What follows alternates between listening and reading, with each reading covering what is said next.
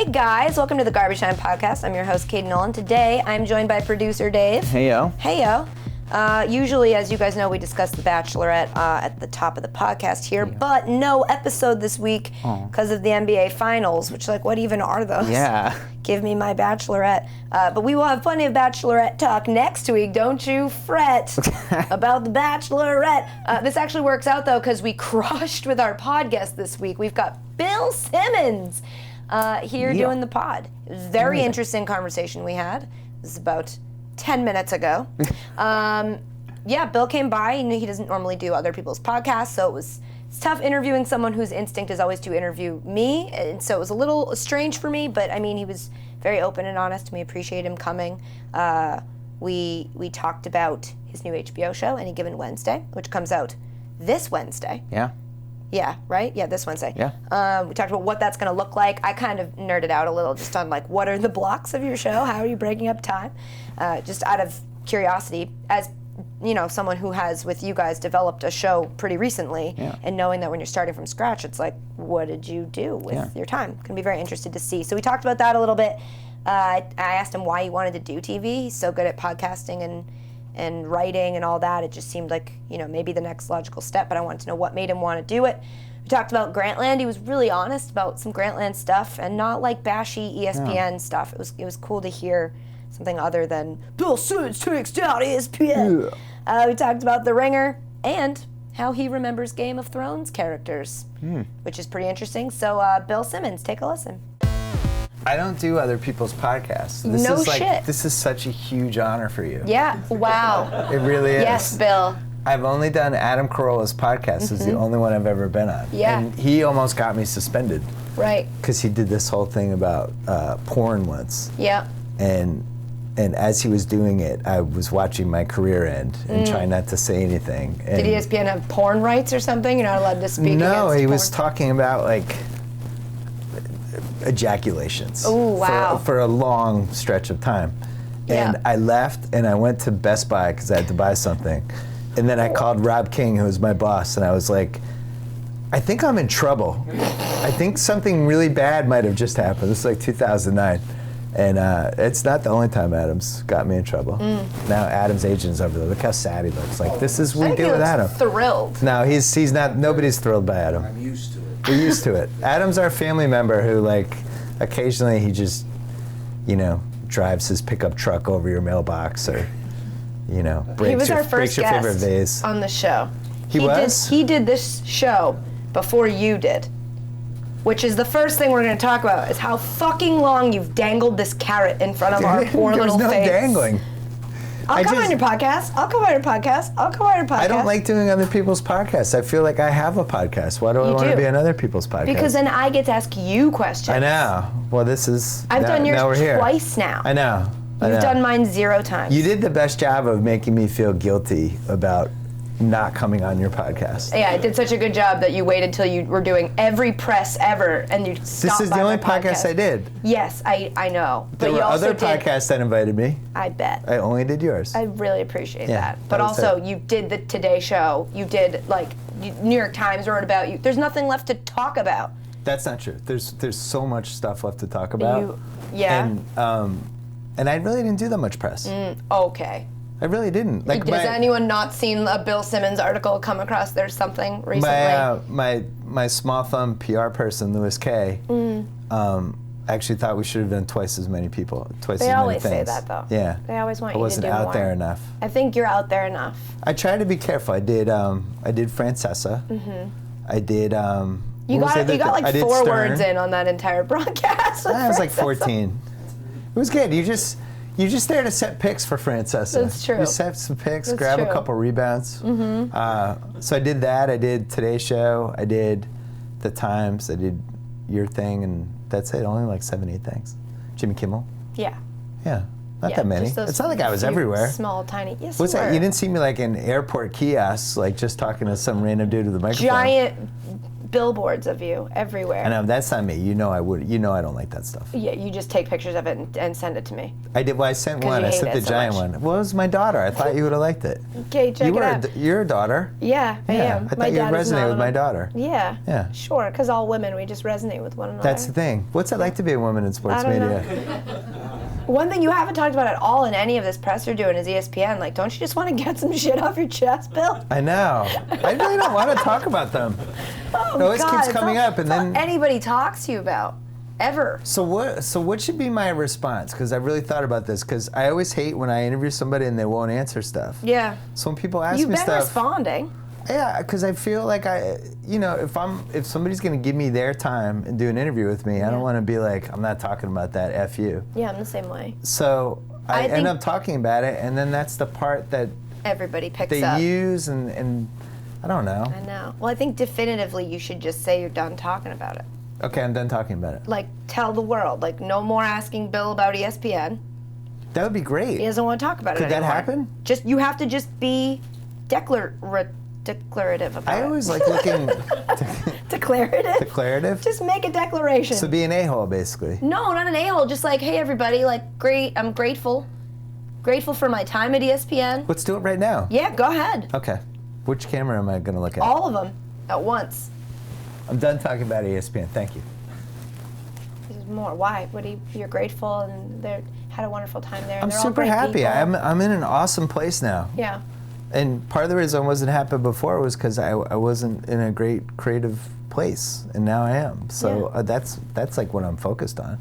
Like I'm around all these people that are fun to create stuff with and talk about ideas. I mean, not much different than what you have, except we have a fancier set. And a little bit bigger of a staff. We don't have a carpet that looks like they just cleaned like the chalk outline off it from the dead body that was there.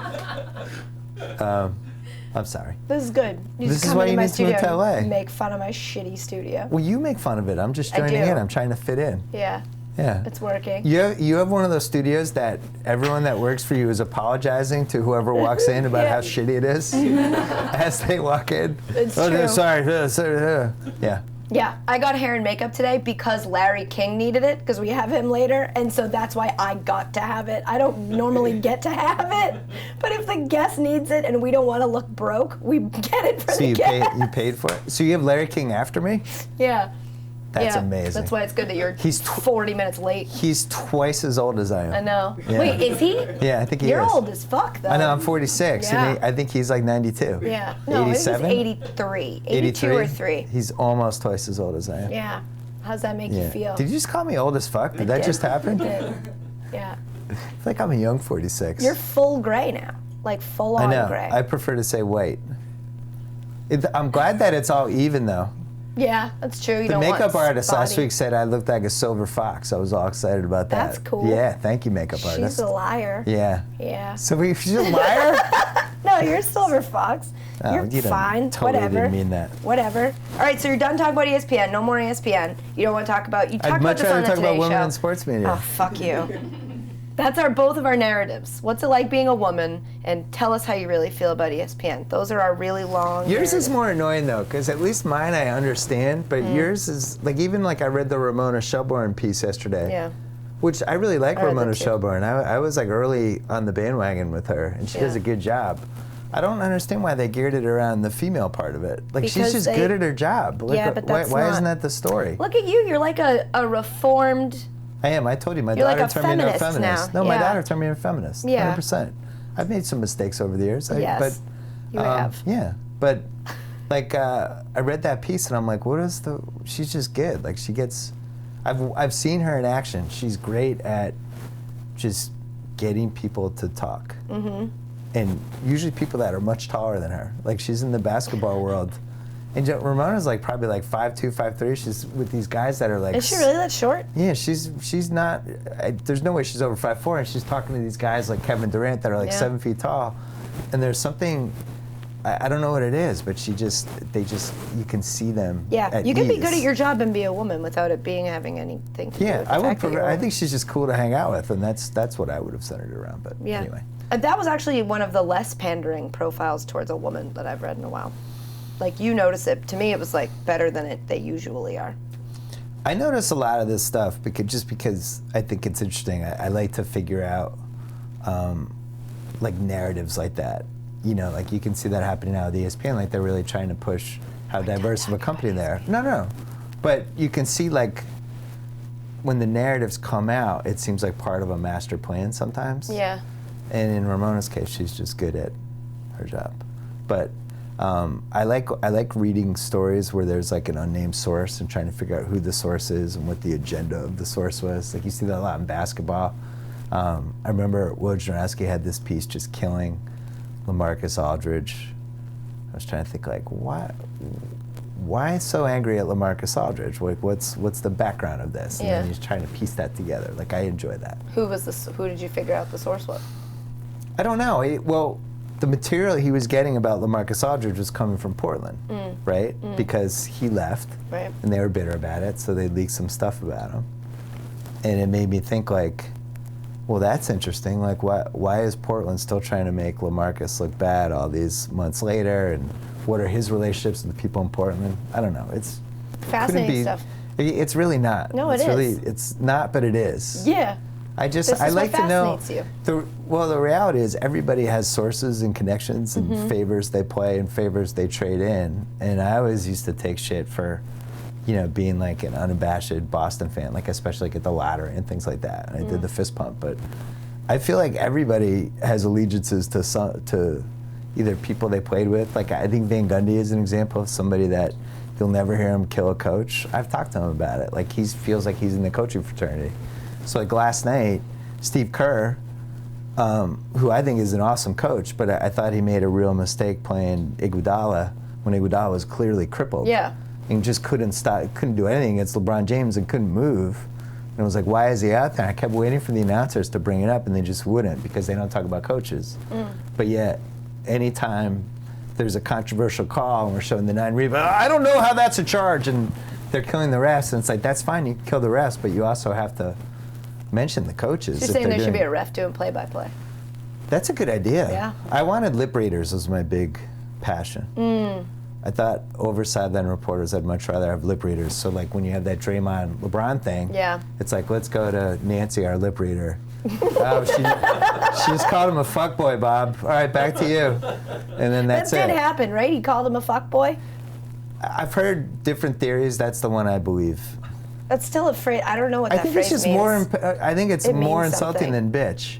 I think it's a way worse way to call someone a bitch. I think it's a really bad connotation. Yeah, Should I don't know what Dictionary? it is. Does somebody in this room know? There's a bad connotation to that phrase. I don't know what it is. What else do you want to talk about? I want to talk about your show. Okay. So you've been running around doing press. Yeah. What's the rest of your show? Premieres Wednesday, right? Wednesday, 10 o'clock. Have you taped it What yet? a TV night.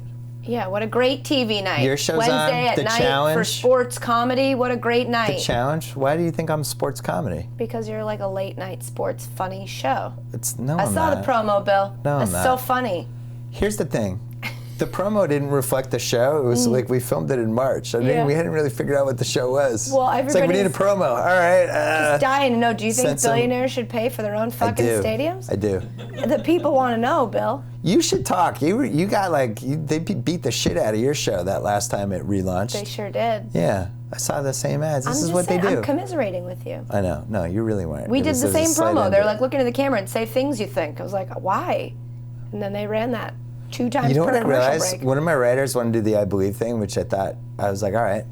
And I'd totally forgotten that it was, there was a little Bull Durham tinge to it, because I hadn't seen that. I don't even remember the last time I watched Bull Durham. Once it was on Lifetime, I was out. I feel That's fair.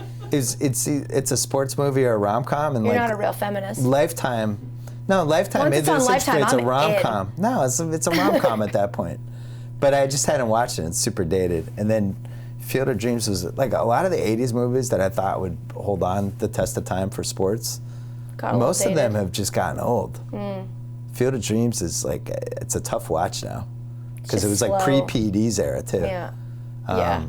That's what Field of Dreams needed, more PEDs. Well, you just watch it. It's like this nostalgic time when we loved baseball, and baseball's a part of us, Ray.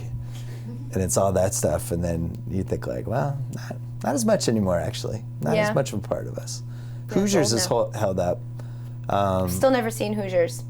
No, that's a generation gap. I know. Well, it's just never cared about it. The Natural feels old. Yeah, the newer Sandlot holds up. Sandlot holds up. So the new generation of sports movies are like my son watches Sandlot and Major League. And Your son is quite a character. my son's quite a character. He might be my roommate for my entire life. Is he modeling now, Eventually- or was that a joke? What do you mean? Pictures of him modeling in that suit. Oh, he He's just like- took a picture. Yeah, Making that's just kissy he's a faces. character.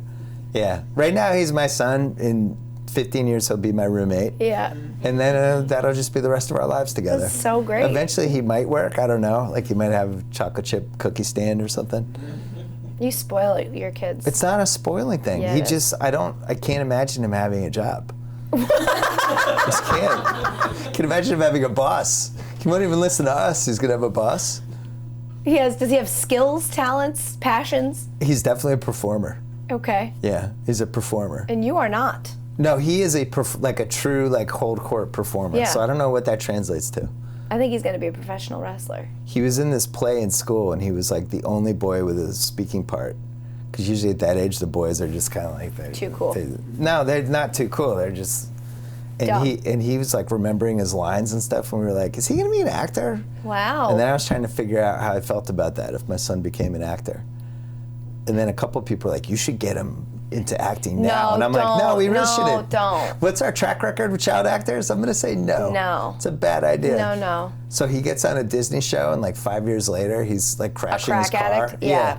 It's on Sunset, like doing bumps. So I'm going to stay away from that. Stay away from the child actors. Sunset doing bumps. Yeah. Let's talk about the show. The Ring, not The Ringer. Any Given Wednesday. Do you like The Ringer? Have you read it? I've read a little bit of it. We'll get to The Ringer later. Okay. Let's start on Any Given Wednesday. Okay. What's the half an hour? Half an hour, but it's HBO half hour. Yes, so no commercials. Yeah. Really lucky. So it's really like 39 minutes. Nope, it's 30 minutes. No, but in network parlance. Because ours is Yours- 22. Yours is 22. 22, 20, 21, 20? Because you have to fit eight minutes of commercials in. Right, and I you don't don't have to fit do any that. in, so I'm doing a 38-minute show basically. Yeah. Not really. Yeah, but we kind of. Sure. Sort of, yeah. This is going to be really complicated when you film the first episode and you go 38 minutes and you got to Well, stop. I think there is going to be a couple times when we might go a little long. They let you do that? Yeah, because it's Wednesday night on HBO. What am I going to delay Major League 2? Like, I don't know what's on. So what HBO lets you shit on your own network? I'm not shitting on it. It's like it's going to be followed by a movie or something. It's like Yeah, they don't have a maybe. Wednesday schedule. Yeah, So if we say to them, hey, can you bump things back by 5 minutes? it's pretty That'd be great. selfish. By the way, I'd maybe be totally just, honored to be followed by Major League 2. yeah, great film. Yeah, it's a good one. Great film. It's a good one. I didn't like that they changed Willie Mays Hayes, but It was strange yeah, to it was just weird. change him. I don't like when they change No, me actors neither. for that. That's but- like in Game of Thrones when they changed the guy from that thing. I'm on season 4. I just started season 4. They changed the guy at the end of season 3 who Are was we at the same dumb IQ level of Game of Thrones? probably. I have that's a a- theory that even the people who love it, only really understand fully like 85% of it. Oh, I'm There's at like no 20%. way- Yeah, I know. But I'm saying even the people who are like, I read the books. Like, you don't understand everything happening. You don't remember everyone's name. I remember a couple names, and then I remember them by their deformities. So I'm like, that's the guy who's missing a dick. Yeah. That's the guy who's missing his hand. Yeah. That's the guy who got burned. It's a lot of Yeah. that. A lot of Was that Hey, the Theon tall lady. Greyjoy, the Kingslayer, Tall lady. and the Hound? Yeah, And Tall Lady? tall lady. Brianna Tarth? Who's the tall lady with blonde hair? Yeah. See, I told you, I have a low Game of Thrones IQ. I'm like, the tall blonde lady. And then it's like the Lannisters. They have sex together, and they're brother and sister. Spoiler alert! Yeah. And then the kid who can't walk. And the guy who holds the door. Hodor. Hodor. And Bran. You found out that he No, don't. I'm not there yet.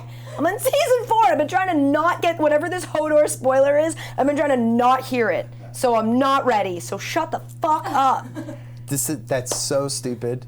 First of all, why should we hold our Game of Thrones You, conversations just for you, just no one else has ever brought it up. I avoided the Twitter. 2015 Eastern Conference Finals round 2. Don't tell me what happens. Okay. Not the same as sports. Not the same as sports. It totally is. I didn't say on Twitter like nobody tweet about it. I avoided Twitter for 3 days because I know I'm behind and it's on me to not see the spoilers. So if I'm just asking you nicely, You just don't stop have and kids. How do you? It takes like a weekend to catch up.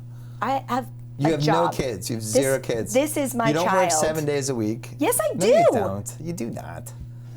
You don't. You don't. Let's talk more about you. How many? Let me over under on the number of bars you've been to in the last 45 days. Over under 7.5. Blue Haven. There's about 2, 3 maybe. 2, but how many times total in those 3 bars? So Yeah. any given Wednesday, Just 38 minutes. Just catch up. Spend the weekend. I do. Why do you want to be left out of I do. conversations for the most? You could totally. We could talk about the tall blonde lady and the guy who's missing his dick. I started season 1 like a week or 2 ago. I'm going at a pace I feel comfortable with. Was that There's like a weird lot of- Boston? Nobody's going to tell me to watch the show. I'll watch it when I want to watch it thing? No, That's no. because that's how I get used with to shows. watch it, and then I would watch it while I was also on my phone doing other stuff. That's what I do. And you can't do that with Game of Thrones. You have to pay attention. That's why I don't know who anybody right, is. Exactly. So I Yeah. got through about 2 seasons, and then I started to be like, I don't care. I'll watch sometimes or I won't. And then it was just I wasn't getting any of it. So I decided to go back, put my phone down, and watch every single episode from the beginning. And so I just started season 4. And why are we talking about this right now? Why? It's a podcast. This is what you do on a podcast. Yeah, I guess so. You're used to being in control of your podcast, and Yeah, so am I. but like so the we're other thing is battling. you're shaming me for the fact that I I'm not shaming understand you. the show. Shaming's a bad word. You're caught up and you're like on the same level as everybody else. I'm also But caught up with I the NBA know playoffs. their names. Like I know people's names. Do you know who won the Super Bowl last year? Yeah. Denver. Yep. Are you trying to spoil the Super Bowl for me? It was last year. I Yeah. thought you might have seen it. Okay, so sports and television shows are very different. Anybody who DVRs a sporting event to me is a psychopath. I tried to do the thing like, oh, I'm not going to be home. I'm going to tape it and watch it. I No. just can't do it. Unless you're watching it drives me to crazy. I analyze have to tape know. and plays, like Yeah. I can't not keep up with the score as it's going. It's Me too. a strange thing to come home and like. not the least entertaining thing in the world either to watch Yeah. like those stupid Game Center, Yeah. like the thing, and then you're just sitting there waiting for it to refresh, and it's like Isaiah Thomas hits a 3. I'm like, oh, Yeah. yeah, that's not Yeah. a bad experience. DVRing games is weird, and Yeah. that was one of the weirdest things about True Detective Yeah. season 2. Twice they mentioned DVRing basketball. True Detectives. Yeah, I that DVR'd was the basketball game. You want to watch? And I was like, why have they mentioned this twice on this show? Like it's a normal thing that people do. That was the weirdest thing about Yep. True Detective season 2. Yes. Was that they DVR'd. I was in on all the stupidness up until they mentioned DVRing a basketball game for the second time. Like, fuck this. This is not written by people who live in the real world. I remember the first episode of the OC.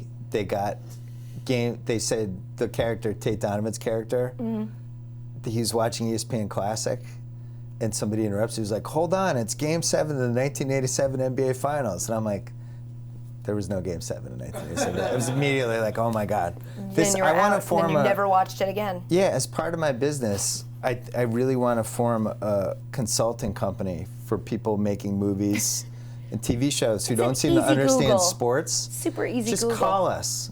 Just say, hey man, we have this reference in here. Is this? No, actually, it was, Just Google it. Yeah. That's super easy to do. It's like that movie Ghost Rider with Nick Cage. Yeah. This was Corolla. I've never seen Corolla Matter in a movie theater. He did a bike jump in a football field, and it was 100 yards. And they acted like there were no end zones in the football field. And Corolla's like, oh, you know how he gets. It's infuriating. It's 120 yards, actually. And they could have asked, like, any straight man who watches football there. And he did his whole routine on it. And I was like, all right.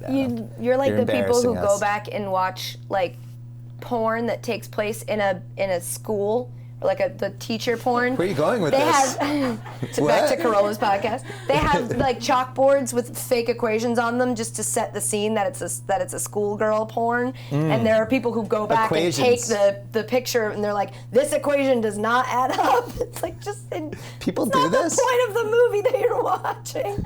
Yeah. This is why you haven't caught up with Game of Thrones yet. Because I watch a lot of porn. Porn equation, chalkboard things. I've got to make sure E does equal MC squared, or else I can't enjoy what's happening in the foreground. So my show is 30 minutes. Yep. 39 technically. It has 2 conversations within it. So all right, wait. This is fascinating to me because our show, we have to break it up in blocks because we have commercials. Like, how are you breaking up your 30 minutes? So the first however many minutes is what? So we spent a lot of time trying to figure that out, actually. Yeah. How and do you I hope do that? you figured that out by now. We did. Right. It took a while though, and comes out. I'm gonna write something at the beginning of every show, and part of what we're trying to do the first few months is trying to figure out how to do that opening without the fucking square. Without the square. The square. OTS box? The square. Everyone has the square. Yep. So it's like, do we need the square? Do we have to have the square? So we're trying to. You're talking about photos over your shoulder while you talk, right? Yeah, and just for the people, the square doesn't mean anything. I call it the square, I just see like that. I call. It's usually a rectangle. I call Jamie Lannister the guy with missing his hand. And then a conversation. So then wait, a you're middle piece. no pictures, just talking. No square, but we're covering it with a lot of video and stuff. Okay. Because I don't think there's anything worse than just staring at somebody reading. Do you have? That's true. Do you have rights footage? Yeah. I mean footage rights. HBO, they have so much money. Yeah, I know, It's like, and that's it's fucking but you just crazy. can pay for whatever. I just tell them, and they just wire people money. Fuck you. Yeah. And then they're like, I'm like, the chandelier in our set that we got from the 1800s, it's not expensive enough. Can we get one from the 1700s? They're like, done. Just do it. HBO's the best. Infuriating. So how many minutes are you talking into a camera without a square for? It's not a talking in front of the camera. I think we've talked about the teleprompter, not in this. The teleprompter is a cruel but ultimately friendly beast. It's a skill that people don't think is a skill. I've It's seen a insults fucking skill. online a lot of like, she just reads a prompter. It's like, you should know how hard that is. It's really hard. Last time you were here, we had you read a thing off a prompter that was actually just one of our producers knelt down holding a laptop and scrolled down. You did all right, given the situation. Yeah, I hadn't had a lot of prompter practice yet, and I'm also automatically nervous whenever a guy is kneeling down next to me holding an iPad. But no, it's... I thrive in such situations.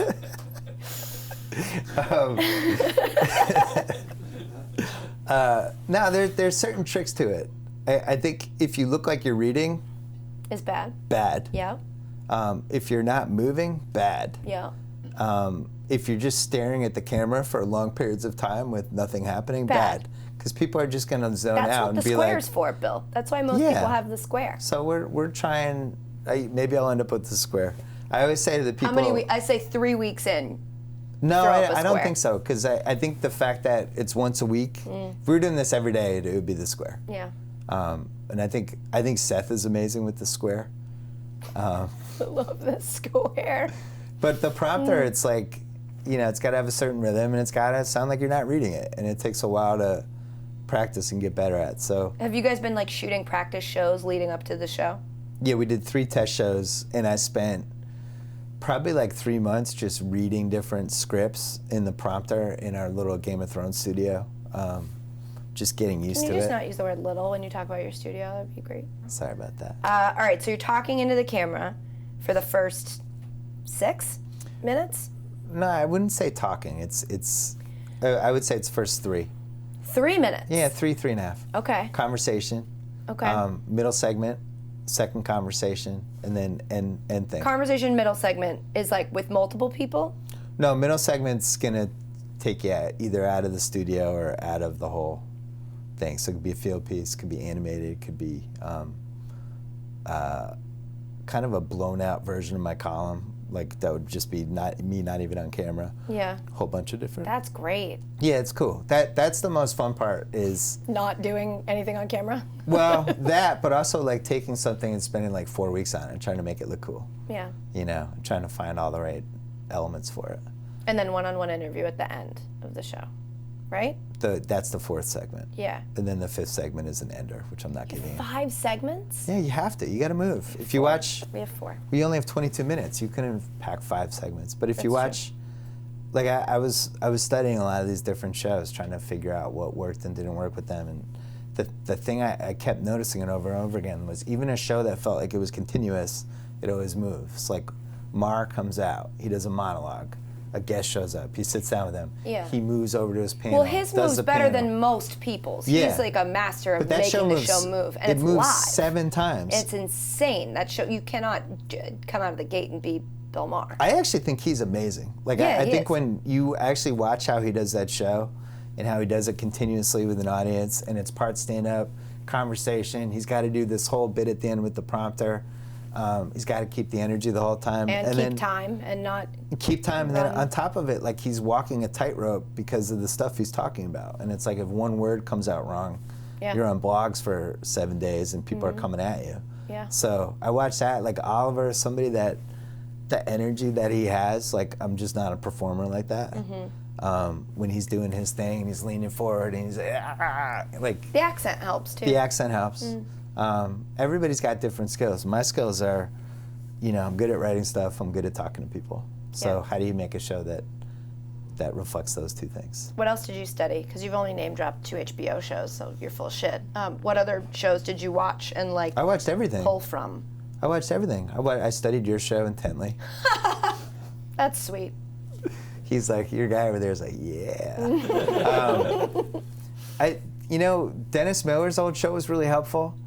I called that. The one he had Again, on HBO. HBO show. You're doing it again. Yeah, but they had most of the good ones. But so that's why when Those you are most of the ones that are available to watch, though. Like, I would have watched the old Laters with Bob Costas, but Yeah. they're really not available. But so when you said in one of your 9 million interviews you've done recently that you're taking a topic and you're going to kind of make the show about that topic and talk to like A piece of that show, yeah. Yeah, that's like Dennis Miller's show, what he used to do. He'd be like, this show's about smoking. Right. And The then only you'd have thing is, the I'm not guest going to in it. do a whole show about one topic because my fear with that would be is if people didn't like the topic, they'd be like, fuck this, and they just go somewhere else. So, like, we did a test show 2 weeks ago, and I did a thing I wrote about Ali, and then coming out of that, we went to Max Kellerman, who came in, and we talked about the last 5 years of Ali's career and all the punishment he took and how there's a generation gap between the people that really think Ali is the greatest and the people who just weren't there. And weirdly, the age is 45. So Max is 43 and I'm 46. But I'm actually old enough to remember when Ali was the greatest. So, and then you spent the next 5-6 years as he started to deteriorate, being like, no, he's fine. No, it's gonna come back. But like Max's generation was like, everyone's telling me he's the greatest and I'm not seeing it. And then the people right after Max's generation were like, Ali was the greatest? Like, all right, I'll take your word for it. And it was interesting to watch how different people, what they wrote and what their takes were about Ali, to watch younger people talk about him, but basically they were living through him through clips and things they'd read. Like they didn't actually experience watching him when he was the best. Like, his in '75, which is really like the first year I can remember watching TV, he was on Wide World of Sports like all the time. And on Saturdays, it'd be like, you'd turn on Wide World of Sports and be like, I really hope he's on. I want that guy, that cool guy, the heavyweight champ. I hope he's on today. And that was how my generation experienced him. And I don't know, that's what we ended up talking about, because Max was more of the philosophy of like, I think he was the greatest heavyweight ever, and I wish I had seen him when he was good. So anyway, so that was the first, 12 minutes of the show, but then we still had a lot left. But then, so you'd pivot from Ali to something else. Then you pivot. Yeah. Yeah. Oh, all right, that's interesting. Yeah, I'm trying. Yeah. But you But studied the my comedy show? incarnations Took it that from, you- like, my show? Well, Take notes from my show? Dennis Miller's thing was interesting because I used to love when the guests came out. I thought his interviews were really good. I always felt like I was hanging out with them. Yeah. And that's one of the things like we want to do with this show is I don't want people to feel like they're watching a TV show as much as like A podcast. there happens to be cameras and there happens to be a fucking extravagant, awesome set that's just so nice. Yeah. But ultimately, it's like it's not like, so tell me about your movie, Ben Affleck. Like, Yeah. it's not like that. So yeah, I'm glad you mentioned that. So you've already broken the news today. You saved nothing for us scoop-wise, but you first guests of your first episode, Ben Affleck And Charles Barkley. and Charles Barkley. Yeah. So your first segment is you. The second segment is a conversation. Is that like a panel of people usually? I don't know. It's usually going to be 2 people, but it might just be me and Barkley. And then Affleck is the interview at the end, towards the end. Yeah. Yeah. And then we're going to film. So when I have these people on there, I don't just want to have them just for the 10 minutes for the TV show. Like I had Ben Affleck there. I want to keep talking to him. So probably film a second segment for HBO now. Oh, that's cool. Yeah, That's on a fun. different topic. Right. And maybe 1 out of 20 times that segment's better than the show we did for the TV show, and we flip them, you know. But I think, I always think it's weird when you do a TV show. Like I did Jimmy's show last week. I was on for like 6.5 minutes, and then I leave.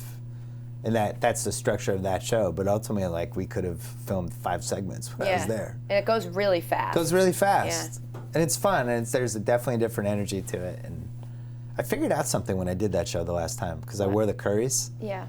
Did you figure out that comfort is important over style? Is that what you figured out? That helped me a lot. No, it's good to come out of the gate with like some gimmick that resonates with the audience, and then they're with you the whole time. It's true. And that's something Corolla tries to do. Corolla's been on 49 times. He always comes out with a towel, like he's a boxer.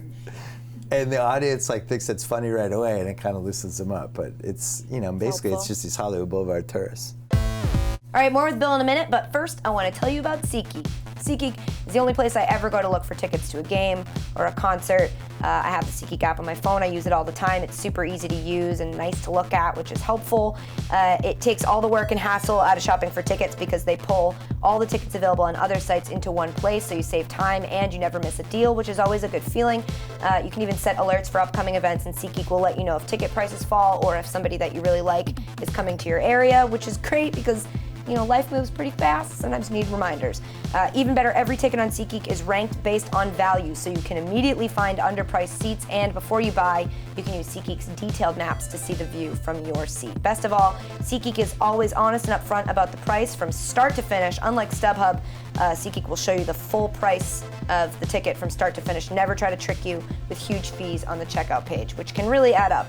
My listeners also get a $20 rebate off their first SeatGeek purchase. So to get that, you just go to download the free SeatGeek app, go to the settings tab and click add a promo code, enter promo code KATIE.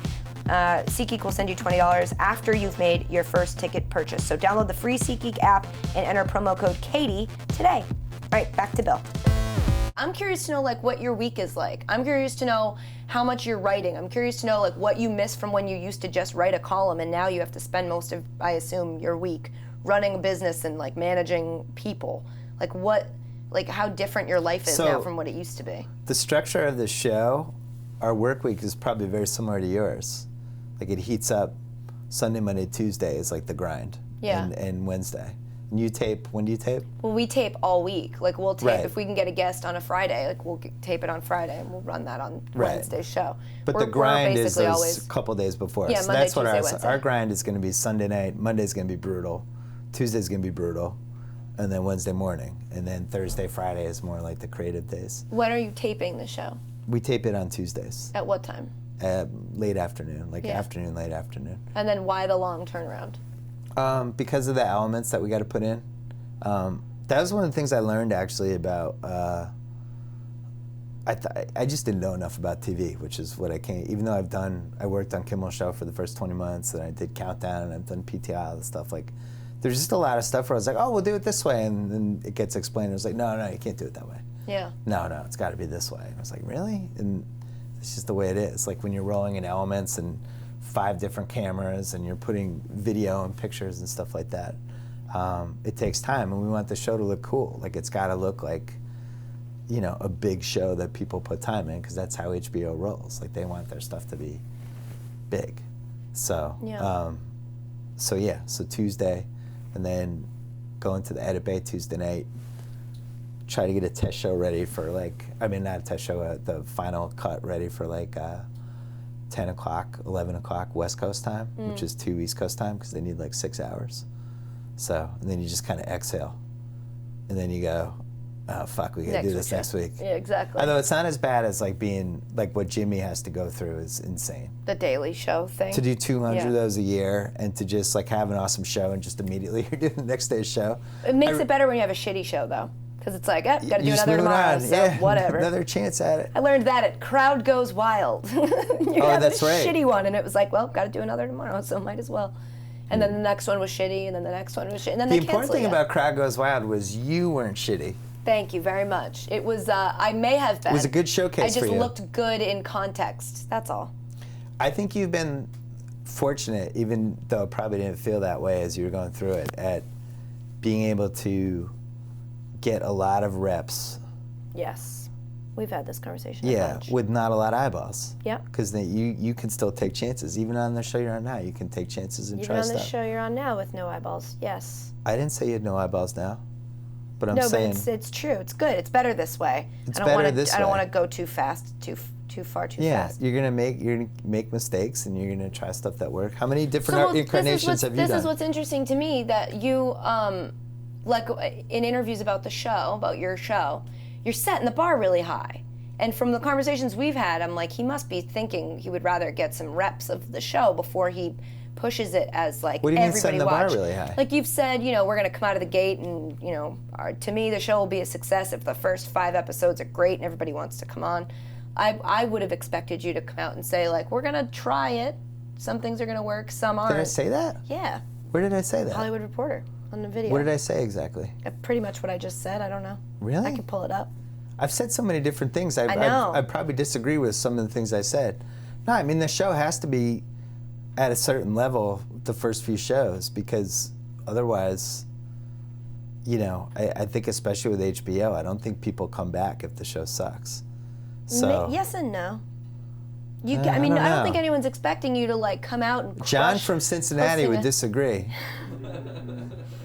You're going to crush hosting a show, your first, this is your... Yeah, I would hope that people are smart enough to realize that don't ever trust that they are. Show 41 is going to be better than show 1, and shows 1 through 5 will probably be the worst 5 that we do, and that shows change and evolve and all that stuff. You get it better than anyone.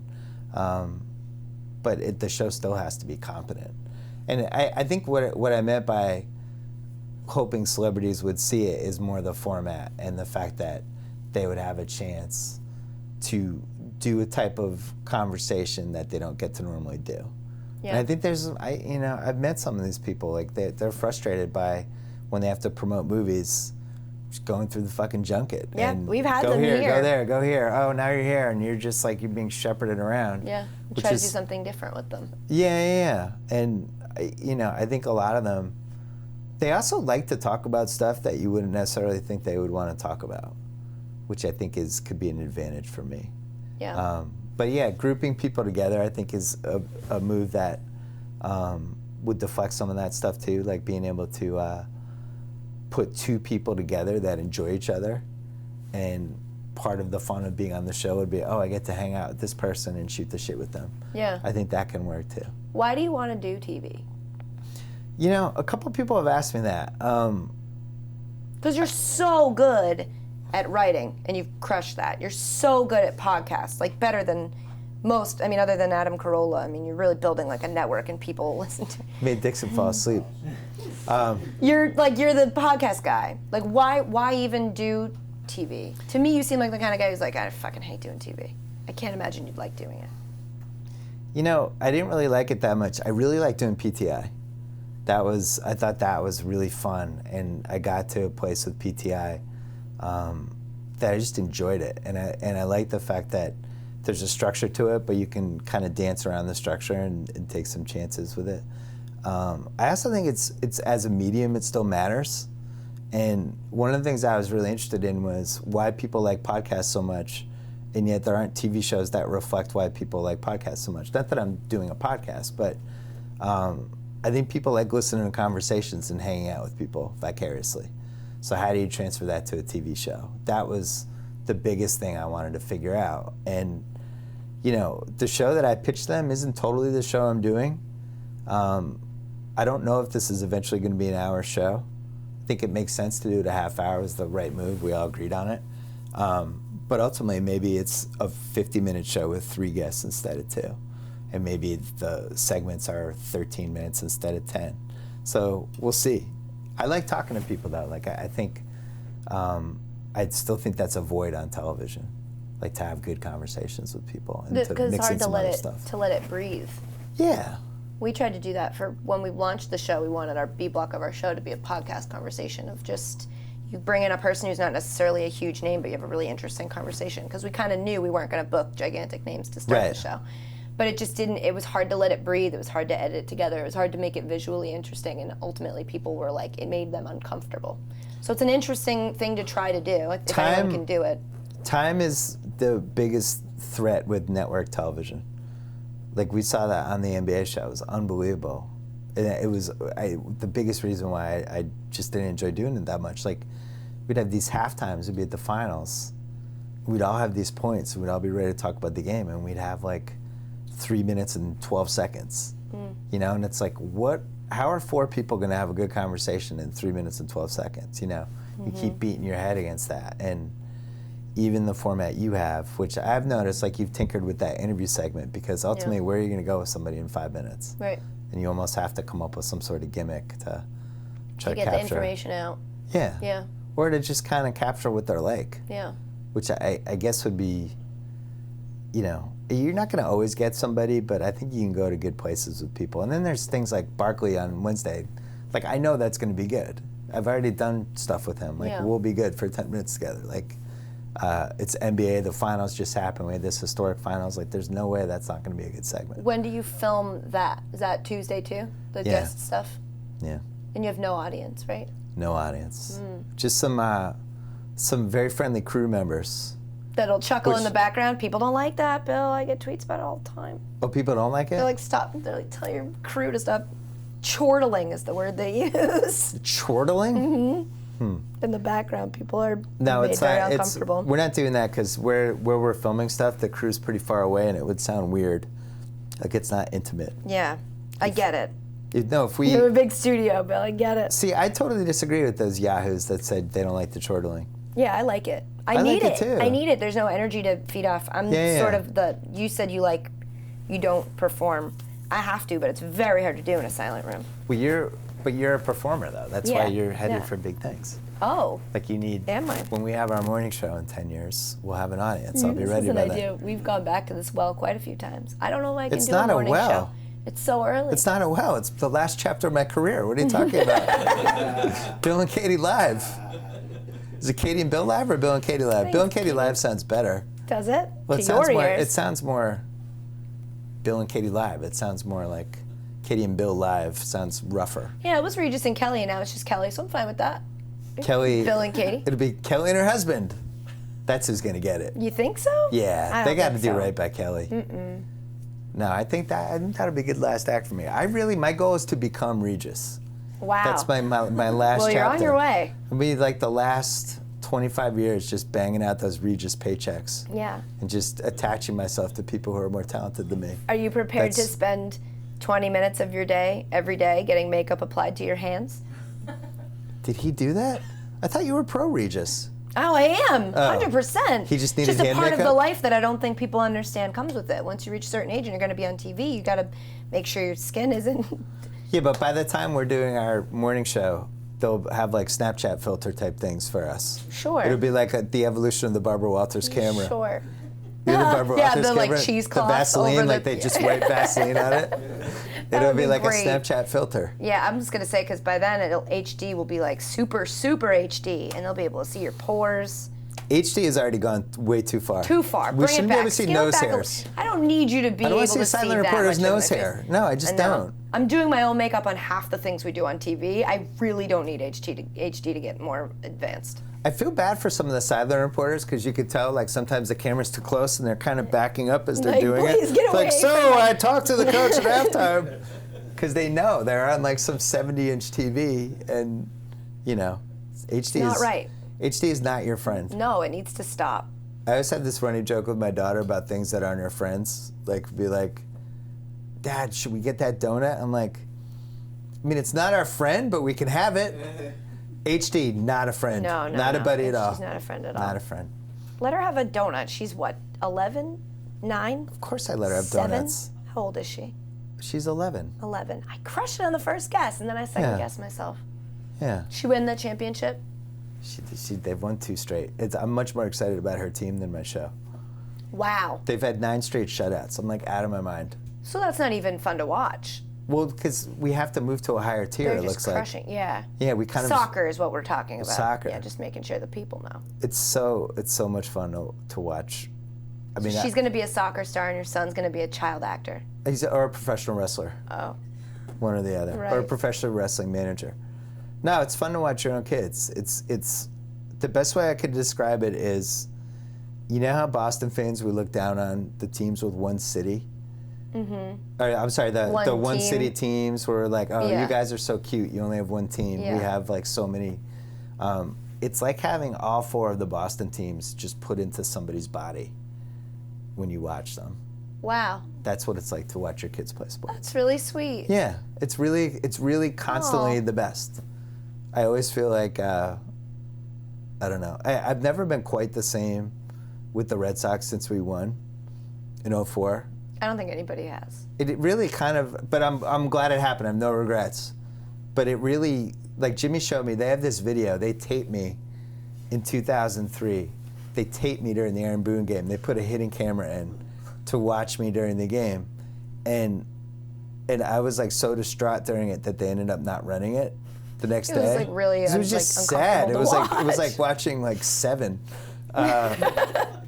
And he showed me the video when I was there last week, and it's like there's this one moment in the game when something happened, and you can see my whole body, like I just collapsed on the couch like I'd been shot.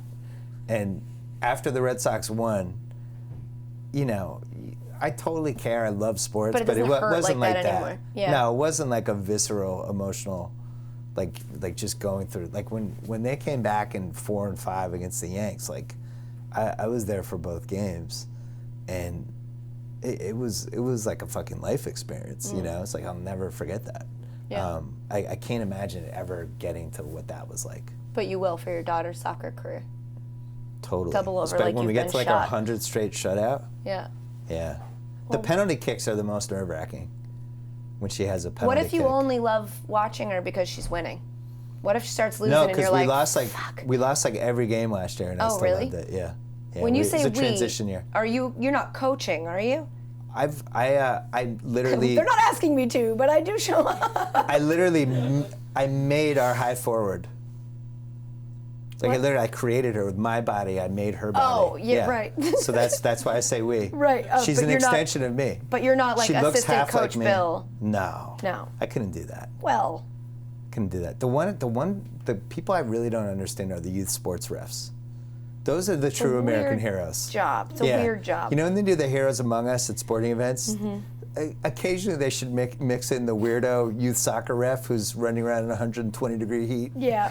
In July. With no dog in the fight. For $20. He didn't make anybody on the team. For $20, he's wearing this terrible outfit. Like, those are the true heroes. Yeah. Yeah. Because without them, we wouldn't have youth sports. You'll get it someday. You'll have kids at some point in your life. Let's move on. So the Ringer.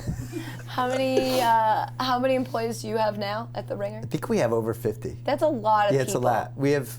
We're on this lot, and one office, one whole building is for the TV show, and then we have this giant floor for the website, and they're like a 45-second walk apart. And That's really awesome. They all like each other. Convenient for you.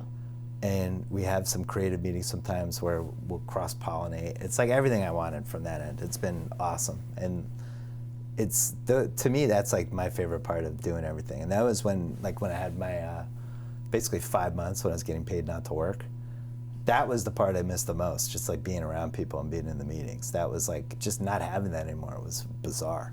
Yeah. You know, it had it for 4 years, and all of a sudden it was like, those people are 15 minutes away from my house, and I can't go over and hang out with them and come up with ideas. Like, that took me a while to get over. Because you were really close with the staff at Grantland. I was. And a lot, you know, I think we have 27 people now that were involved with Grantland in some way. Yeah.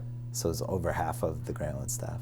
Which is why that quote from Skipper in that article was so strange, right? That Well, he it was said why it something was- about like the people that you Yeah, it being was disrespectful to the people. Stupid. Like, yeah, it was the best thing about what I did with ESPN was the relationships. Yeah. One could say like that's the biggest thing that you did was that's what you were so good at, is finding people and putting them together. Well, I think if you look back and you see like when I got suspended and then when everything fell apart and you look at how nobody said anything on the Grantland side, like literally nothing got leaked, nobody tweeted anything like that, that's what we had. Did you pay them to not say anything? No, but that we all understood, like when you're in something like that and if it's working correctly, everybody sticks up for each other, you know, and like when things aren't going well, that's when you see little leaks and this happened and that happened, and it doesn't happen if everybody's getting along. That's true. So the Ringer you've mentioned before, yeah, you didn't want to have that. Originally you weren't going to hire that many people, and then it sort of gotten to the point where you just liked so many people and wanted them to work on your...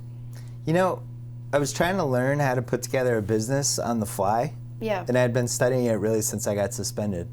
And then when I had the 5 months off, that was great because it gave me a chance to really try to figure everything out. But it took a while, and I didn't really understand. I just didn't understand anything. It was like literally like learning a new language. You know, how do you pay for an office? How do you pay for a website? How do you get health insurance for people? How do you have a hierarchy? How do you have an HR plan? I mean, there's like 100 questions like that, which is funny when it's so hard to do. It's like way, way, way harder than I ever in a million years expected it to be. And on top of that, you're figuring out how to pay for everything.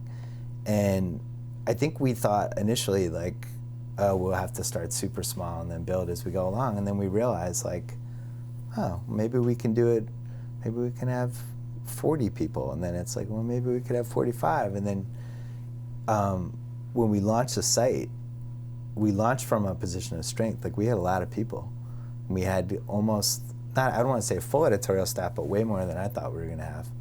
And I look back at like when we launched Grantland, we sped up Grantland, which was a mistake, and I wish I hadn't been talked into that because we were trying to time it with the finals, but we didn't have enough people. And we were still hiring people as we launched. I had no idea how to hire people, so obviously I wasn't batting 1,000. We had one person on our copy desk, and we had these mistakes, and then we had sports blogs like, look at that, they made another mistake, and it's like, you have all these people, I don't know, you have 10, 11 people putting together the website, and they're getting picked apart, and they're all working, 75 hours a week. It was like, I definitely didn't want to redo that experience. So, but it worked in the end. It worked in the end, but in the beginning, it took us, I would say, 9 months. The site worked despite itself. The design was terrible. We didn't have enough people. I was writing 3 times a week, like for 9 months, and we had Chuck, and we got lucky with a couple writers early, so we had enough content to kind of hold the fort until we had the right people. But the first 9 months, I think I lost 15 pounds, and my hair turned white, or as you would say, silver or gray, whatever gray. Demeaning thing you said. Gray. I can't wait till your hair goes gray. Not gonna happen. No, but it was. Don't you think that that endeared you to people? Don't you think that sort of maybe could have set up the evolution of Grantland and it becoming like a cult? Having a cult following was because it didn't start out as like, we've got every resource we need, we've got all the people we need, and look at us crushing it. People didn't realize that when we were doing it, though. People only think everything is a finished product, and in that case, because it was ESPN and because it was me, and people assumed that was going to be the site, and it was like we launched, we didn't even have blogs yet, and we didn't have a podcast network yet, and we'd already had a plan to launch the site, follow it with blogs, start to build podcasts around my podcast, eventually do video, and we did all those things in phases. And by like the 18-month mark, we had a website. And then, we kept adding stuff, and we added the 30 for 30 shorts, and we built a studio, and we kind of kept moving, and then it stalled, during year 3, and that's when I started to get frustrated, because I just don't feel like you can create something and not have it grow. Because I think we were at a point where I think the staff was really going to start to burn out. And also there were ideas and stuff to do that we wanted to do. And it was such a good time for content, and things were changing and we could see it, especially socially. with video and things like that, and we just weren't prepared. And at that point, it becomes a question of, well, what do you want from us? Like, our traffic had gone up, and so anyway, it was like going to grad school for how to do this, and I think it really helped all of us, and it was a great site, and that's why we didn't want to replicate it, because I think we all felt like it was his own thing, and it lived and it died, and now it's time to create something different.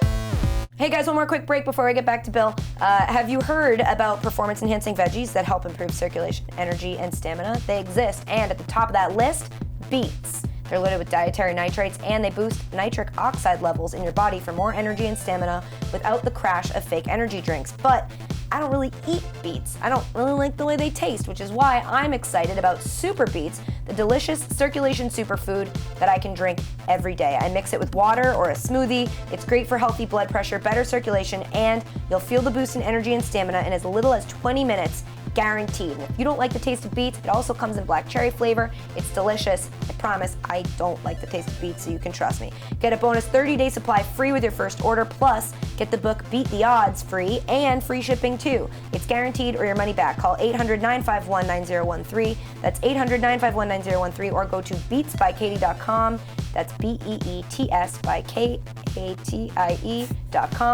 I just forgot how to spell my own name. Today's podcast is also brought to you by Wix.com. A great business needs a stunning website, and with Wix.com, you can do it all by yourself. Wix.com makes it easy to make you look amazing online, no matter what type of business you're in. Show off your images in a beautiful gallery, grow your contact list, and get all your social media in one place, just the way you want. Your customers are going to love it. So what are you waiting for? Show the world what you can do. Go to Wix.com and create your stunning website today. It's easy and free. That's right, it's free. Wix.com. Okay, back to Bill. So what's the plan, I guess, long-term for The Ringer? Because I know for Grantland, it's towards its end, for whatever reason, of all the reasons it ended, but you were trying to move it to TV, to give it a TV thing. So it was like the Grantland basketball hour. There was a conversation we had about that trade that maybe almost happened, that Grantland was going to be a TV thing, just video content and all that. That was, the TV part of it was ESPN. They were telling us that to make more advertising money, we had to do TV because that's what they knew how to sell. The video side of it, we needed a personality, which is why we started talking to you. And I was like, freaking, I'll never forgive Dave Jacoby for not seeing the Guyism videos. I just would have had to see one. We would have been done. Oof. You were on the internet for like 2 years. Yeah, to a lot. No, the hot dog video, I would have been all in. I would have been like, we need to work with this person. What did you do? 9 hot dogs and 9 beers? Mm-hmm. I think I did 7 and 8. I don't but think I finished it.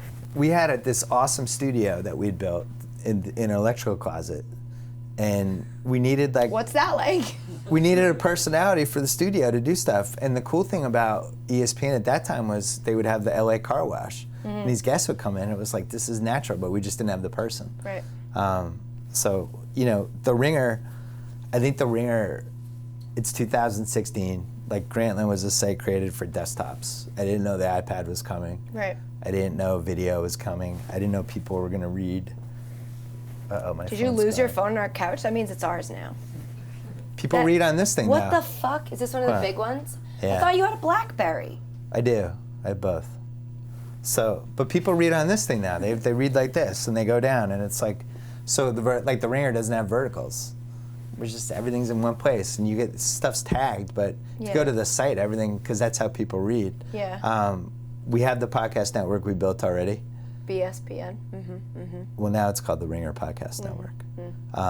We're gonna have video. You're gonna have video podcasts, or like video exclusive video new podcasts, video content. A bunch of stuff we're gonna produce for HBO now. Branded stuff. So there's gonna be like a Ringer HBO crossover relationship. 100%. And we have a documentary, the first one we're doing, that we haven't announced yet, but we're going to announce it soon. You should announce it now. I can't. Why not? I just can't. What are you going to announce on this podcast? You gave everybody else a fucking exclusive. I gave you a lot of dirt. What'd you give me? I don't know. Yeah, see? Told them about Bill and Katie Live. Ooh. It's this 20 years scoop.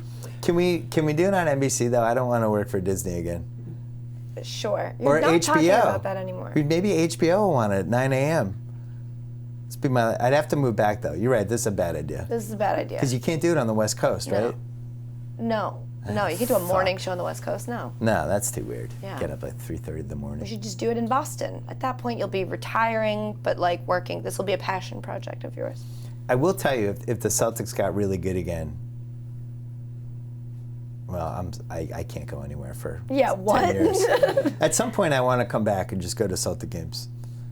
That's what I miss the most. Stop teaching your kids to, be Clippers fans. And no, they're not any fans. Kings LA fans don't care about it. Kings fans. They are Kings fans. Yeah. Like that, like Dustin Brown getting the C taken away and given to Anjay.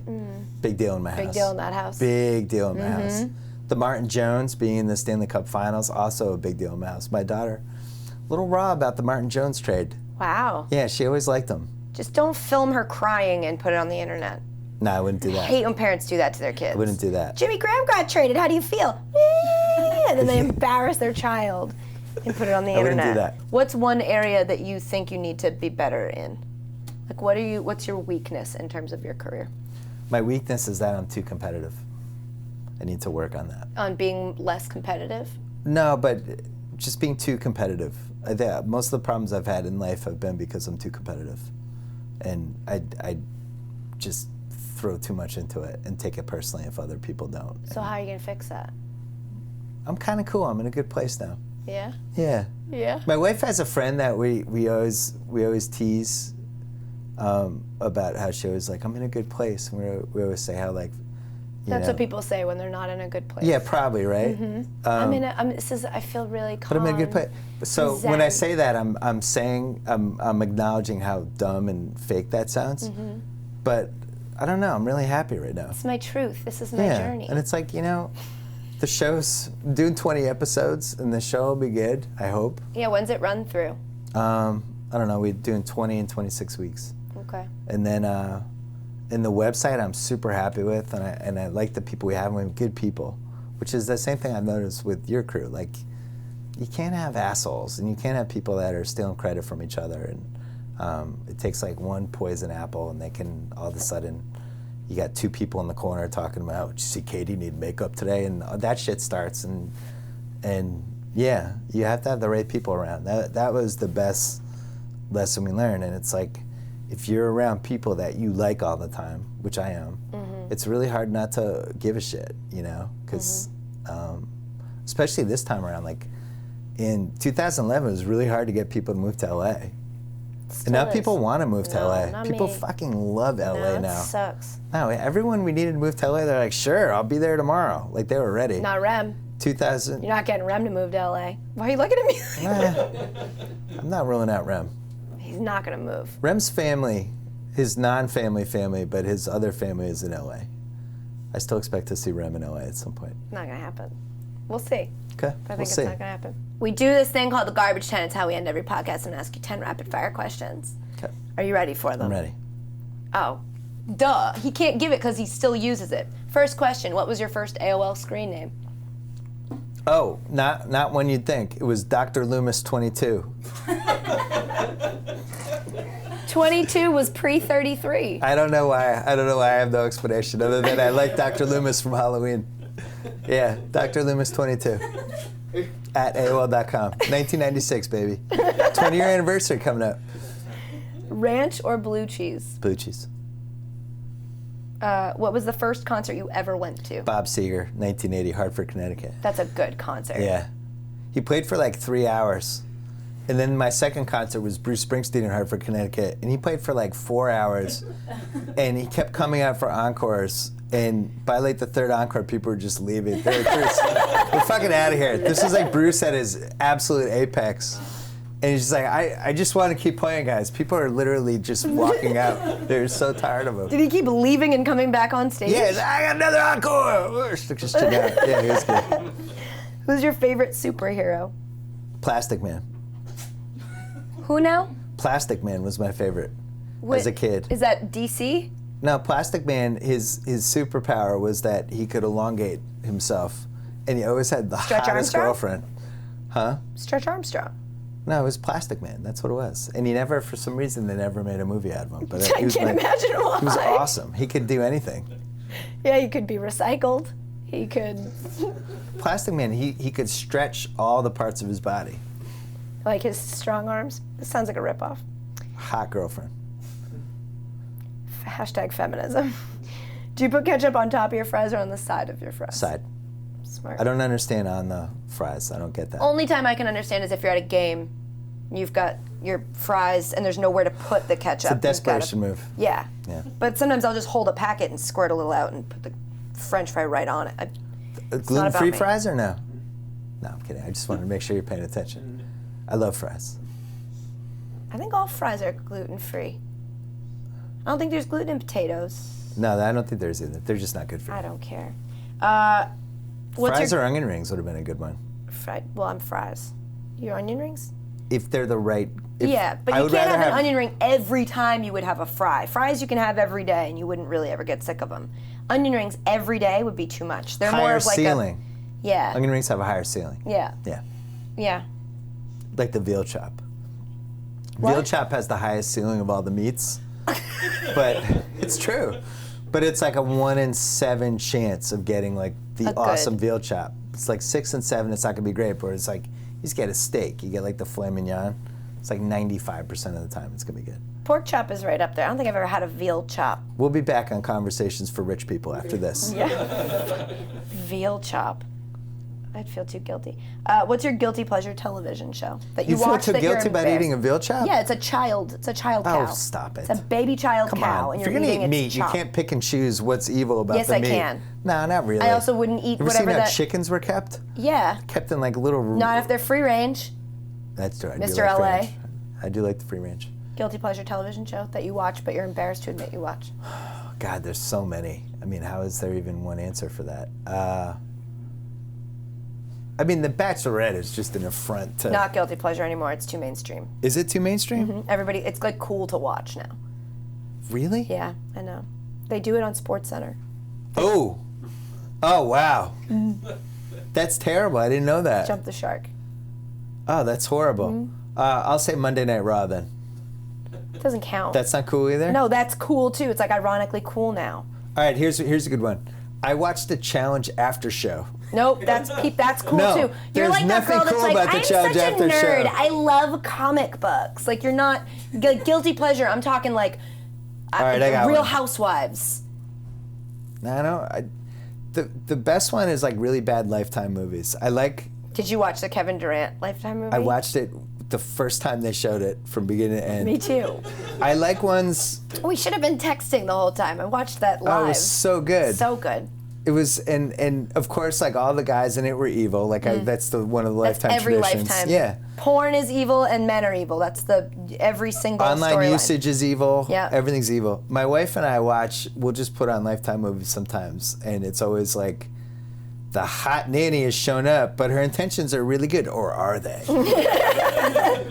But when he cheats, it's his fault, and it has nothing to do with her. It's not her fault. And the mom can never figure out why things are just going so wrong from the moment the nanny showed up. And my wife always has she gets so mad about that anyone would like a hot nanny who then uproots their life immediately, and the mom would never. She's like, I'd know right away. The first time anything happened with a shirt, I'd know. I'd fire her. With a shirt? Yeah, she made it proactively. Get rid of the nanny. All right, I'm Batman. You should always hire an ugly nanny. I think it sounds like it's probably the best idea for you. No, unless you're Schwarzenegger. Do you floss before you brush your teeth or after you brush your teeth? I go further than that. I have one of those water pick shooting flosser thingies. I really like those. Before you brush or after you brush? Before. Is a hot dog a sandwich? No, it's a hot dog. What was the last movie you saw in the theaters? The Angry Birds movie? No, I won't go to the kids' movies. Really? No. My daughter's old enough now, you can drop them off, walk the Grove for 2 hours. 11? Yeah. 11's like 30. They have their own phone. It's not like you're going to lose them. You let them have phones? My daughter's like 5 too. Like she would whip somebody's ass. You let her have a phone, like an iPhone? Yeah. Does she have like a Snapchat and a Twitter and a... No. How do you know? For sure. Because I know. I get to look at every text she sends. There's a 5th grade group text. And then there were a couple, she had a couple side texts, and this one guy who actually kind of liked, they were texting. Oh, God. and then it turned out near the end of 5th grade, like there was like a boyfriend-girlfriend situation, but they weren't going on dates. It was just if you were texting somebody, that was your girlfriend or your boyfriend. And people were like getting together Very and like breaking adult up. life, yeah. Yeah, except that it was all like just them texting emojis to each other. And then it was like, What emojis? Blake broke up with Haley. It's like, what? Were they? Well, they don't text anymore. It's like, what? He sent you what are the talking no about? emoji. Yeah, I don't know what's They were going on. done. Yeah. You gotta monitor those emojis. They mean things they don't necessarily mean. If your daughter's getting eggplants But on her that's- phone, you gotta shut that shit down. Eggplants? Yeah. If you see an eggplant emoji, you call me or you shut that shit down. Snapchat is not happening. Because Don't. Snapchat is the under 15 generation's way of just subverting their kids. Subverting their parents. Because it's there's all elite. these little secret doors in Snapchat, and people like me, I'm too stupid to figure out, like, oh, you can, and I just don't know where Didn't to you go. meet with Snapchat when you were done with ESPN? Didn't they want you to like work with them on I still might things? do stuff with Snapchat. And I'm you don't talking even about. get how it works? No, I get how it works, but it's like when you go off the menu at In-N-Out Burger. I don't go off the menu. I just order a burger. So Snapchat, I just use Snapchat, but they have off the menu on Snapchat. Yeah. And it's like, there's all these things going on, and only like under 15 people know about it. It sounds like you know about it. It's like when you were on AIM as a child and you would type things like POS when your parents were standing over your shoulder so your friends would know not to say anything about how you made out with that guy behind the bleachers. Right. That's exactly what it's Or like. that girl, as Or like that girl, someone told or me. that gender's whatever. in specific. Wait, what was the last movie you saw in the theater? And Spotlight. That's quite a while ago. I don't like going to movies in the theaters. Okay. I think people behave poorly. It's one of my takeaways from 2015 and 16. Hot take. People behave poorly in the theater. You know what I don't want to watch when I'm watching a movie is the dude 3 seats away with the cell phone glare from his phone because he can't wait to text somebody for an hour. Get off my lawn! I was gonna say, your hair's officially gray now. It's no longer white. I have a giant TV and I enjoy on demand. Fuck you. You're about to be put to death. What's your final meal? Entree, dessert, and beverage. Chicken Parmesan. I'd probably have the normal penne and not gluten-free because I'm about to die. You eat gluten-free pasta right now? I actually do. I like gluten-free Why pasta. bother? I Just do don't like eat it. pasta. I like Gluten gluten-free is pasta. what makes I like pasta the pasta. sauce. No. You're crazy. Broccoli. Yeah. Potatoes au gratin. Really like potatoes These au things gratin. don't go together. Sweet potatoes. I'm about to die. You're What do I right. care? I just like We don't get to I'd have run like the greatest 7 hits. entrees. I'd run the greatest hits. Veal chop. Veal chop. Veal chop. But with a really high, like a. My mom's rice pudding. Okay. And that's it. Probably like a glass of port, so I could at least have a drink in me as I'm about to be killed. Glass of port is the last drink you What want has to the have before highest? you die. Has the highest alcohol concentration. It was a good bartender trick. Pretty sure you could just drink 151 straight. But port's like it's a nice soothing dessert wine that would make my nerves calm. I don't think it's gonna calm You your don't think? nerves when you're on I'm your way probably to the about to die. chair. I'd be bad. Baby, what would be your last meal? Steak, baby, and fries. Peter Luger's steak. We've gotten that before. Warehouse. Yeah. Cooked how? Their bacon, well done. Oh yeah, he loves their bake. Peter Wait, Luger's you wouldn't bacon. get their steak well done. You're talking about the Yes, I bacon. would. No, he's weird. You get a Peter Luger's steak Yeah. well I done. eat everything well done. Yeah, he does. Don't listen to him. That's such a waste. It's not a waste. He gets Dunkin' Donuts coffee and puts 7, 8 sugars in it. That is fine. It Yeah. needs it. It needs it. Well done steak. Beautiful. You're Warehouse, out of your mind. And a Marlboro Red. Oh, most definitely. A pack of Pall Malls. No, rip off the No, filter. he smokes the Marlboro Reds. The toughest Don't guy I get in know trouble. a guy that managed a restaurant I used to work at. He used to smoke Pall Malls and tear off the filter. It's like, you need to chill. That's awesome. That's like some Roadhouse shit. So grumpy. Does your generation Roadhouse, yes or no? Probably. I don't know. Watch Roadhouse again. Okay. Roadhouse. Because that first time I watched it, I Roadhouse wasn't and paying much Cocktails. attention. If you're into guilty pleasure TVs, I would recommend those two. Roadhouse and Cocktail. Okay. Roadhouse is incredible. Okay. So and it's gaining in credibility. Okay. Yeah. So who are your guests for your second week of your show? I can't say. Come on. I can't. Give me some. You've given me nothing. I can't You've say. dangled this goddamn podcast all year. I can't say, can I? Just Yeah, I tell him can't. to just say he can say. I can't. Give me a We have- hint. We have 3 guests for the second show. Okay. Yeah. Give me a hint. One of them is somebody that's been on my podcast many times. I will be on the second episode of Bill's show any given Wednesday. No, I'm saving, like, when I'm in severe ratings trouble, it's going to be you and Leslie Visser talking about women in sports media to save our ratings. Leslie, you've been through some stuff over the years. What would you tell Katie? I hate you. Be that. That'd be great. I hate this so much. No, it's good. We did a good job. This is the first time I've done someone else's podcast in 4 years. I know. We really appreciate it. Thank you. Good luck with everything. Good luck to you with everything. You need it more than I do. Thank you. Wednesday night is a killer TV night right now. Yeah, it's really good. 10 is a good hour. People are going to like it. Thanks. And if they don't like it, Then come watch back your and show do, at 12. Yeah. And also come back and do Garbage Time. Yeah. Done and done. Okay. Okay. Thank you. Yep, bye. Thanks again to Bill. That was cool. I'm sure we'll see him again in 2 years Yeah. when he does press for the next thing he does. Yeah, whatever it is. I'm going to make him come back here sooner. Yeah. But he said you did a great job of guilt tripping him and making him feel like he needed to get here. So good job by you. I got that from my mom. Good job by you. Of like, wow, really, Bill? Really? You're not going to? Yeah, it's good. Worked out. If it pretty didn't awesome. work out, that really would have sucked. I would have lost a friend. Yeah. So. It's awesome. Also, for podcast listeners, I feel like you guys might like this.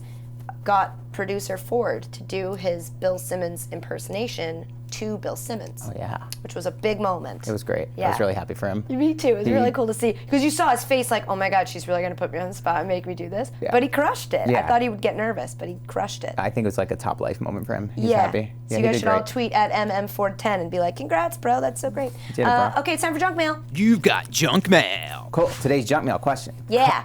comes from Hoop Dreams 29, DJ Ooh. Hooper. Loves hoops. He asks, what would you choose between a world with only grumpy dogs or friendly cats? Whoa. So basically the way it is now, but reversed. See, I take offense to that. I know you do as a cat owner. As a cat owner, who, All cats are grumpy as fuck. my cat is not grumpy. She's the happiest thing in the world. Is that why you come to work with scars all over your wrists? That's all right. It's because she's really playful. She's young. She's only like 1. It's a euphemism. And she wants to like wrestle and play, and she doesn't have other cats to play with. So I become her like play friend, where she'll like jump onto my arm and like scratch and claw at it and wrestle with me the way she would with other cats. Yeah, what's she like when you take her on walks? She doesn't need to go When on she walks. goes to cat parks and plays with the other cats? She doesn't need to. Because cats are bitchy. But okay, see, I feel like certain cats give all cats a bad rap, and like I was like opposed to a cat, and then this cat crawled into my arms. It was like, take me home with you, and I'm like, cool, I will. Her name's Katniss, by the way. Shout out to Katniss. Meow. Do you get And she's it? awesome. And I feel, and like this question, DJ Hooper, offends me because I know what you're getting at here. You're getting at what Katie said, which I is don't all think that's cats what he's are- getting yeah. at. I think he's saying to me that I love dogs. You do. And that's the best way to phrase the question, as like, if there were no dogs. Or like, maybe that is what he's getting at. That cats suck and dogs are great. Okay, so what is your answer here though? Like, would Dogs. you, even though they're Yeah. grumpy and they're Yeah. like just moping around and being Yeah. like, nah, I don't want to play with you. Friendly cats, I mean, cats are pretty friendly. They're just also really selfish. And so if you're saying if all the cats acted like dogs, I still don't think I'd like them, because a cat is a fragile little thing, Yeah. and I would feel like I'm gonna break it. And I also don't like that they like jump on your leg and then their claws come out into your skin directly, and it's like, wow, where were you hiding those? Like, at least with a dog, if it has nails, they're out all the time. They don't retract like fucking Wolverine into your skin when they come out, and it's just like, I don't like a cat. And a cat runs over me when I'm sleeping, and I'm like, it's waking me up. Dogs are like, bro, I'm your bro. I'm here to be your bro. But even if they were grumpy, Yeah. right? Yeah. I've That's the- met grumpy dogs. This doesn't say vicious or angry, just just grumpy. yeah. Usually a grumpy dog is an old dog. And every dog to me is a pup. And grumpy dogs just want to lay still. And I actually just want a dog that wants to lay on me so that I can pet him. They're just cuter. My cat, I feel like, has dog qualities, and that's why. Everyone who owns a cat says their cat is just like a dog. But I was gonna You're s- like my cat. My cat's basically a My dog. cat, but no, see, some cats are like don't like leave me alone. I'm gonna go sit in the windowsill and like don't talk to me. Yeah. My cat like follows me around, and she wakes me up by like licking my nose, and that's really sweet, and that's what you want out Doesn't of a mean dog. she's like a dog, just means she's a nice cat. But Right, it just goes to awesome. show that dogs are that great that cat owners feel like they need to compare their dogs to cats. I mean, their cats feel to you. dogs. I love dogs too. I'm not. Yeah. Well- I'm totally open when it comes to animals here. I'm picking dogs. I just like dogs. I think they're cuter. A grumpy dog is fine because I'm pretty grumpy. I like a curmudgeon, That's true. so I'm cool with a curmudgeon. I just don't like a curmudgeon-y cat. I feel like I'm really shocked by your answer here. Wow, like, completely. really? I can't believe that you went with the dogs. I can't believe you can't believe it. It's like Yeah. you don't even know me. No, I get it. I just wanted to stick up for the cats. I That's just nice of you. Yeah. Yeah. Like, just shout out to all the cats. Yeah. Because they're Every sweet, they're cat. sweet and friendly too. Yeah. Tell that to a lion. Ooh. That's it, guys. We'll be back again next week. Make sure to subscribe on iTunes and rate our little podcast and leave a comment, but only if it's a 5-star rating and only if the comment is a nice one, because we just got Bill Simmons to do our podcast. Yeah. And he's done talking about ESPN, okay? Everyone stop asking. I think I went on to ask him like 4 ESPN questions after that. Whatever. Or you guys can listen on Google Play, Art19, SoundCloud, Stitcher, or your toaster oven. Yeah. Have we done that one already? I don't know, but like even if we have, it's important for It's them to important know for you that to you toaster can oven. listen on that. Yeah. Yeah. Yep. Pretty sweet. I'd rather you listen on your George Foreman grill, but I'm going to let you do whatever you want to do. Thanks again to Bill Simmons. Thank you to producer Dave. Thank you. To producer Ashley.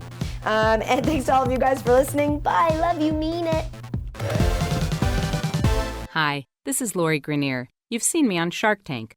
Throughout my career, I've developed hundreds of innovative products. The most rewarding part has been creating the ones that make people's lives easier. That's what Cabbage does for small business owners. Cabbage has developed a simple and flexible way for business owners to get a line of credit of up to $100,000. Apply online or from your phone. You will get a decision in minutes and can start using your funds immediately. There are no fees to set up your line, and you pay nothing until you take a loan. Cabbage has provided over $2 billion in funding to 80,000 small businesses. Cabbage customers use their line many times a year for marketing, hiring, inventory, or any business needs that come up. Cabbage is A+ rated by the Better Business Bureau and has been named a Forbes Top 100 company twice in a row. So visit Kabbage.com or call 888-CABBAGE. That's Cabbage with a K, Kabbage. Make Cabbage your first resort for business funding.